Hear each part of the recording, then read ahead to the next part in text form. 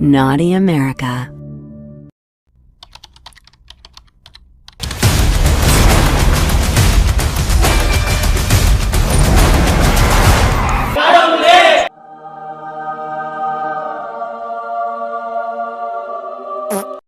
நான் லாஸ்ட்டாக போட்ட வீடியோக்கு நிறைய கமெண்ட்ஸ் வந்துருந்துச்சு. பட் அதில் முக்கால்வாசி நெகட்டிவ் கமெண்ட்ஸ் தான். கடவுள் தான் மனுஷனை உருவாக்குனாருன்னு சொல்லி என்னை திட்டிகிட்டு இருந்தாங்க. இதில் ஒருத்தன் நீ சாகும்போது கண்டிப்பாக கடவுளை பார்ப்பேன்னு சாபமே கொடுக்க ஆரம்பிச்சிட்டான். பட் இவங்களுக்குலாம் பயப்படாலா நம்ம? ஸோ இவங்களுக்காகவே என் லைஃப்பில் கடவுளை எக்ஸ்பீரியன்ஸ் பண்ண ஒரு இன்சிடென்ட்டை தான் உங்ககிட்ட ஷேர் பண்ண போகிறேன். கதை கேட்க ரெடியாடா புண்ட அண்ணாமலை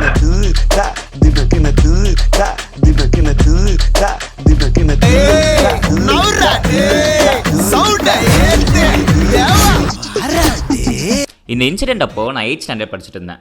எல்லா நாள் மாதிரியும் அன்னைக்கும் நார்மலாக தான் போச்சு. பட் அன்ஃபார்ச்சுனேட்லி திடீர்னு எவனோ பாம்பு போட்டான். எங்களால் அந்த நாத்தத்தை பொறுத்துக்கவே முடியல. எங்கள் எல்லாருக்குமே ஒருத்தருக்கு மேலே ஒருத்தர் சந்தேகம் இருந்துச்சு. எனக்கு இப்போ எல்லார் மேலேயும் சந்தேகமா இருக்கு. என்னடா நீங்க எல்லாம் சேர்ந்து தான் பண்ணீங்களா? பட் எங்களால் கரெக்டாக கண்டுபிடிக்க முடியல. அன்றைக்கி நாளுமே இந்த நாத்தத்திலே ஓடிச்சு. கிட்டத்தட்ட அன்னைக்கு மட்டும் ஒரு 3-4 வாட்டி இதே ரிப்பீட் ஆகிட்டு இருந்துச்சு.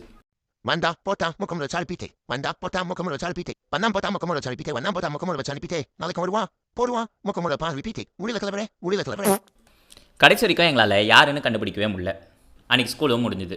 நாங்கள் கவர்மெண்ட் ஸ்கூலுன்றதுனால எங்கள் கிளாஸ் ரூம்ஸை நாங்களே தான் க்ளீன் பண்ணோம். அன்றைக்கி ஈவினிங் எங்கள் பெஞ்சுக்கு தான் க்ளீனிங் டியூட்டி போட்டிருந்தாங்க. ஒரு பெஞ்சுக்கு மொத்தம் 4 பேர். பட் அன்றைக்கி நாங்கள் 3 பேர் மட்டும்தான் க்ளீனிங் டியூட்டி பண்ணிட்டு இருந்தோம். ஒருத்தன் எங்கன்னே தெரியல. Bro just disappeared.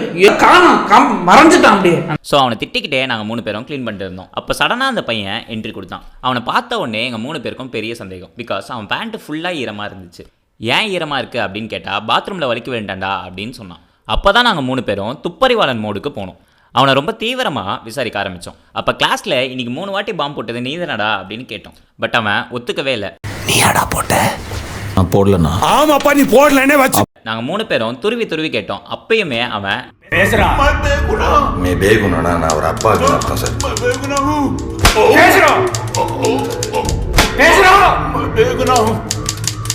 ஸோ கடைசியாக நாங்கள் 3 பேரும் டிஸ்கஸ் பண்ணி பிரம்மாஸ்திரத்தை கையில் எடுத்தோம். அது என்னன்னா, சத்தியமா நீ தானே 3 வாட்டி பாம்பு போட்டேன்னு கேட்டோம். அதுக்கு அவனும் ஷாக்கிங்கா சத்தியமா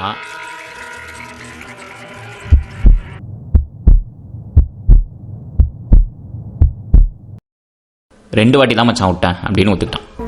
பட் உங்கள் நேர்மை எனக்கு ரொம்ப பிடிச்சிருக்கு. இஃப் சப்போஸ் அவன் இடத்துல நான் இருந்தால் கண்டிப்பாக நான் ஒத்துக்காமல் இருந்திருப்பேன்.